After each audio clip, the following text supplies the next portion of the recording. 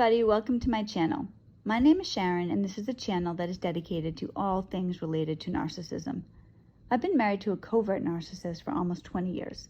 I'm separated from him now, and what I do with this channel is I use my real life experiences to get information out there to people about what narcissism really is, what it looks like, what it does to you, and what it does to your family. In today's video, I'm going to add to my series entitled Crazy Narcissistic Ex. In this series, I discuss a particular incident with my ex to highlight the types of things narcissists do and hopefully to offer validation to somebody who's also going through a difficult time with a narcissist. Narcissists are complete frauds. They lie, cheat, steal, betray on repeat over and over. It doesn't matter what type of narcissist you're with, this is going to be the case. In today's video, I'm going to discuss something involving a covert narcissist. However, in general, narcissists are people that lack empathy. They're entitled and they truly only care about themselves. There are two major types of narcissism. There's covert and overt. The difference between the two really lies in how the narcissist expresses it externally. Overt narcissists tend to be aggressive and exploitive with extreme delusions of grandeur. From the very beginning, if you're in a relationship with somebody like this, you know who the person is. You might not know specifically that they're a narcissist, but you know that they are loud and obnoxious. They're in your face. They're not afraid to tell you that they're better than you are. My father and my father-in-law are overt narcissists, and they're rude, aggressive people. Covert narcissists, on the other hand, kind of fly under the radar. They appear to have low self-esteem. They're shy, gentle, like kind of meek. They're not always like that at home, but people that aren't directly in the home with them will think that they're a great person. That, wow, it's such a nice person, so gentle, so great in every way, so helpful. It's not who they are. It's the image that they portray. And they expect that you're going to validate that for them and prop them up outside of the house. So my ex is a covert narcissist. A general issue when you're with a covert narcissist, though, is that they're not successful people, and you are not going to know this right away.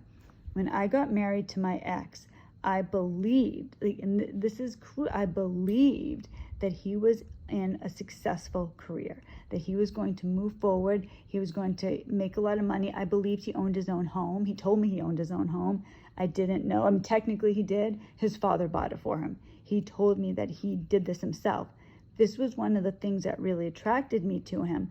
I thought he was a go-getter. I was impressed with something that he told me he did that he didn't do. So right from the beginning, I'm in this marriage believing he's somebody that he isn't. Now, I was honest with him about everything in my life. He was lying to me about everything, even to the point he told me that he wanted to have kids. Then we had kids, and he told me later he just said that because I wanted kids. So he didn't even want kids. That was just the most stunning reality to me. He lied to me about his career. He lied to me about his home. Then he lied to me about wanting to have kids. So I'm in this marriage believing he's one way, and he wasn't. Then he told me that he was really responsible with money, and I believed him because he worked in finances. Why wouldn't I believe him? He told me that he wanted to do all the bills. He wanted to take care of everything. So I was okay with that. He told me he wanted me to be a stay-at-home wife. I wanted to do that anyways. I wanted to raise my kids. I wanted to be at home with my kids. I really wanted that. Of course, he told me later he said that because I wanted that. So this is the thing to understand. When you're with a covert narcissist, they will lie about everything, and you have no idea. So you're innocent in this. You don't know. Why wouldn't you believe your spouse? But it's important to understand and look at yourself squarely in the mirror when things start to come to the surface. So when these things first started happening, my ex told me he wanted kids. He told me he wanted to be at home. He told me he owned his own home. He told me all these things. I believed him. Later, though, these little things started coming out. He got into financial debt. He never progressed at work. I found out that he didn't buy the house. At this point, what I should have done and what I advise you to do is make a better choice for yourself. If you're married to somebody and it turns out that this person is a compulsive liar, you need to get out of the marriage. If you stay in the marriage, it's only going to get worse. So I need to take some responsibility for this. It's a difficult thing to do that. Really difficult thing to do that. Recently my boyfriend brought that up to me. He's like, Sharon, you're blaming him for a lot of things, but what about your own role in this? And when he said that, I was so annoyed. I wasn't mad at him, but I was annoyed because I thought to myself, well, why aren't you on my side? And he was on my side. And I'm telling you, saying the same thing to you, I am on your side. But to move forward and have a better life for yourself, it really is important to look at the whole picture.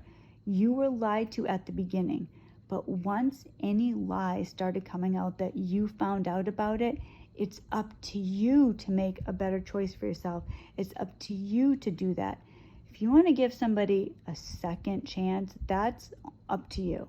But if you're giving somebody multiple chances, hoping that somebody is going to change when they have shown you that they have no intention of doing that, you're going to set yourself up for a miserable existence. So it isn't your fault. I'm not blaming you for getting in a relationship with this person.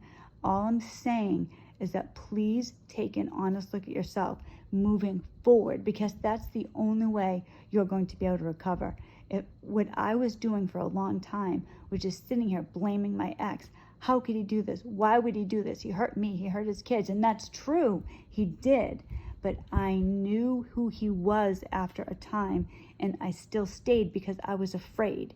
If you're in a relationship with somebody like this, it's really important that you move forward as early as possible, because these types of relationships don't get better. And I'm really, really, truly sorry to say that. I get it. But for those of us who are in these relationships, it's up to us to make the better choice. Once we know who this person is, it's time to move forward. Now, I'm going to talk about today something that my ex did, so you have an idea of the type of person that a covert narcissist is. When you're in a relationship with a covert narcissist, it really is like you are married to an adult who has a 2-year-old's brain. Imagine you have a 2-year-old that you're trying to make your husband. This 2-year-old is trying to make sound financial decisions. This 2-year-old is trying to decide what to eat for dinner. This 2-year-old is trying to decide important things in your relationship. It's never going to happen. This is exactly what's happening with you have a covert narcissist. A covert narcissist depends 100% on you. They are little children. You are the mommy or the daddy. It's real. Like, I have 2 kids. My ex is really like a third child, but he never grows up. He's always 2. My 2-year-old is going to want to eat ice cream for dinner. I'm the one that has to tell him no. So with that in mind, I saw my ex for the first time over the weekend since December. It's July right now. The last time I saw him, which was in December, I was exchanging tax information with him, and it didn't go well. I saw him, I met him in a parking lot, I gave him this information, and he got extremely offended because I didn't hug him. He got out of his car and he came over to me and he put his arms around me. This man has hurt me in every possible way. He has abused me financially. He has accused me of beating him up. He tried to get me arrested when I didn't do anything. He let his own children get investigated. He let me get investigated by Child Protective Services and his own children interviewed. Somebody came over to the house and went through every room in my home, and he expects me to just be okay with that and pretend it didn't happen because he was upset. This is the type of thing. So I wasn't too wild about seeing him. I wasn't rude to him, but I didn't hug him back. And when I didn't hug him back, he was struck. He was horrified. The color drained from his face. He didn't know what to do. He just backed away. He backed away and he started crying. He just cried and he wouldn't say a word. So I was trying to talk to him like, all right, I have this tax information, whatever. I was trying to say other things and he wouldn't say a word, not one word. So finally I said to him, all right, I'm going to go because you're not saying anything. And at that point, he said one thing. He said, did the kids know you're here? I told him no. And then he just cried more. And I left and he was just still standing there in the parking lot crying. He's 2 years old. There's no responsibility. There's no, wow, I really messed up. I really messed up. I really hurt this person. I really hurt my own kids. Can't believe this. Of course, from his perspective, he didn't want kids, so he's not responsible for them. He didn't want anything that I wanted. He just wanted to live just with me, probably in an apartment or something. He'd never liked to mow the lawn or take care of anything. Really, he wanted to just be with me because he wanted me to take care of him. He wanted me to have sex with him. He wanted me to cook him meals and do whatever he wanted. He didn't want to be a husband. He wanted a servant, essentially. A servant he could have sex with is what he was looking for. I wanted the house. I wanted the kids. I wanted the American dream. I wanted him to advance in his career. I wanted to have a summer home. These are the things that I wanted. He never did, so he always resented me for that. But he never told me he didn't want that. He let me believe all these things. So then I'm trying to build a life. I'm building a life believing he wants all these things, and he never did. So towards the end of the relationship, things got really ugly, mainly because I wasn't doing what he wanted me to do. He wanted me to just fall into line and take care of him, give him nonstop narcissistic supply. I wasn't worth having my own life, not at all, just him. I was his servant. I stopped being codependent, stopped. And when I stopped doing that, he collapsed. In the last couple of years of the marriage, he was drinking all the time. He stopped coming home. He would just be God knows where. He was getting into terrible financial issues. He ended up in a mental hospital. Non-stop, constant problems. The last day of our relationship, I had to kick him out of the house because he tried to get me arrested.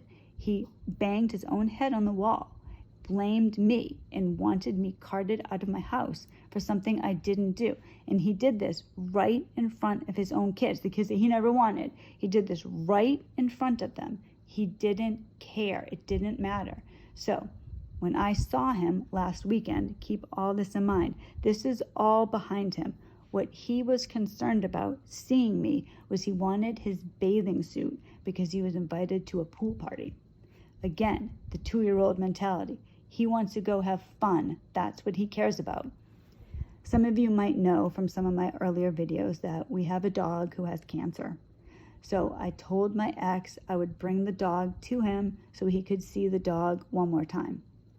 So I decided I'd meet my ex at a baseball field. I met him at a Little League park because there's people around.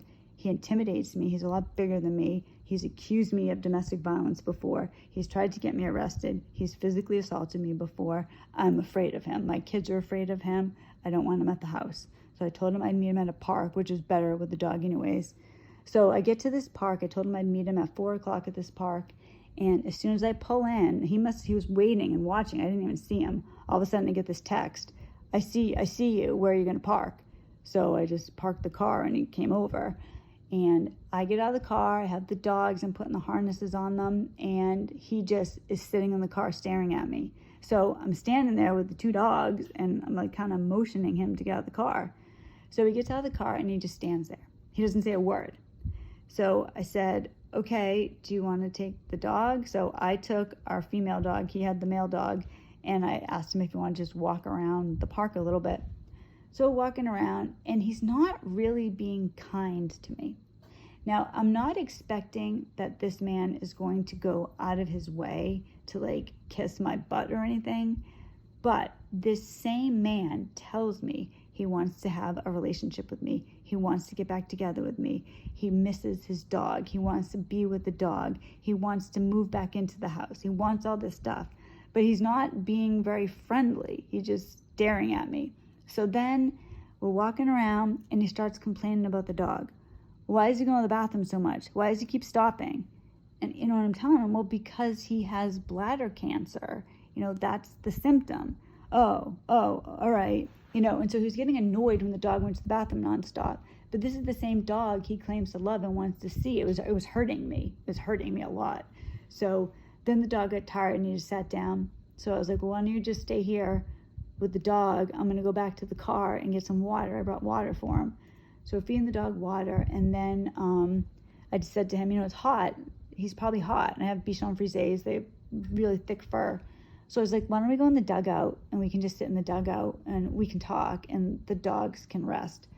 So we go in the dugout, and this is what my ex is talking about. He didn't ask about the kids. He didn't ask about the house. He didn't ask how I was. Nothing. He just started talking about his friends at AA. Now, just as a little backstory, I'm fine with him having friends. I'm not trying to say he shouldn't have friends. My problem with this is that he doesn't mention the family that he has abandoned. And I said to him, you haven't seen the kids in 14 months. Don't you think that this hurts them? And his reply to that was, there's nothing I can do about that. That's over. There's nothing I can do. And I'm thinking to myself, are you kidding me? So I said to him, there's nothing would keep me from my kids except my death. And he just said nothing. He didn't ask how the dog was doing. He didn't ask if the dog was having issues. He didn't ask anything about the dog. All he wanted to know was if I brought his bathing suit, if the bathing suit was in the car. He's mind capacity of a 2-year-old. That was his big concern. And he's telling me that he's making friends in AA. He was going to a barbecue. He's having such a good time.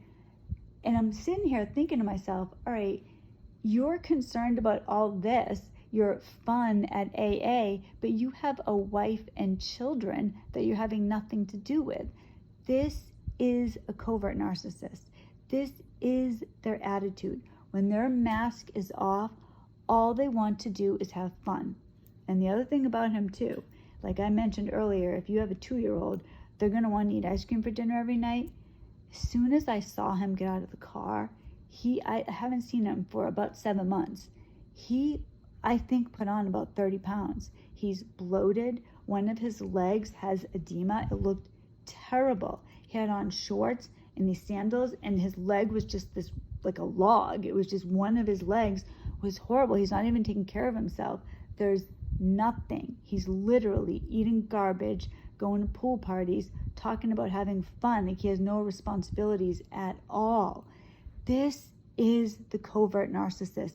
This is who they are, and I'm sitting there and I'm looking at him, and he's wearing his wedding ring too.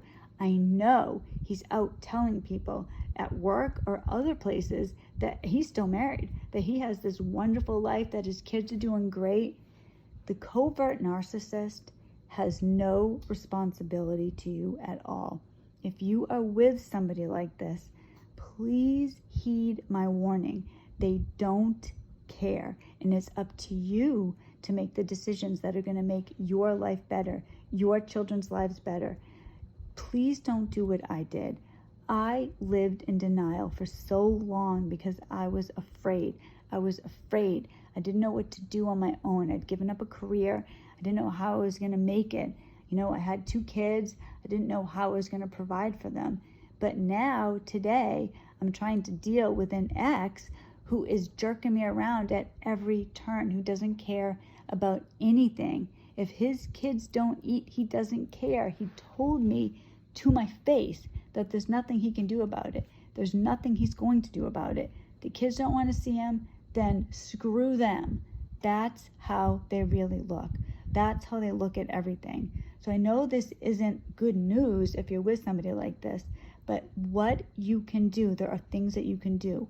As soon as you recognize who you are with, take action. Do not do what I did, which is hope for a miracle. The person is who they are, and they're not going to change. Just like you're not going to change. You are somebody who loves your family, who cares about your family. Like, I love my children. I'm not going to suddenly just abandon them and not care. That's not who I am. It's the same way with a narcissist. They're not going to suddenly care. They're not going to suddenly become somebody else. So I hope this video helped. Please, if you're with somebody who has shown you who they are, believe them. It will make your life so much better. Narcissists can't change, but you can. You can have the life of your dreams. Thank you so much for watching this video. I'm so grateful for everybody who watches my channel. Really means a lot to me. If you haven't subscribed already, please do so. I make videos every Monday, Wednesday, and Friday on all things related to narcissism. So if all goes well, I will see you on Monday's video, and I hope you have a wonderful weekend. God bless.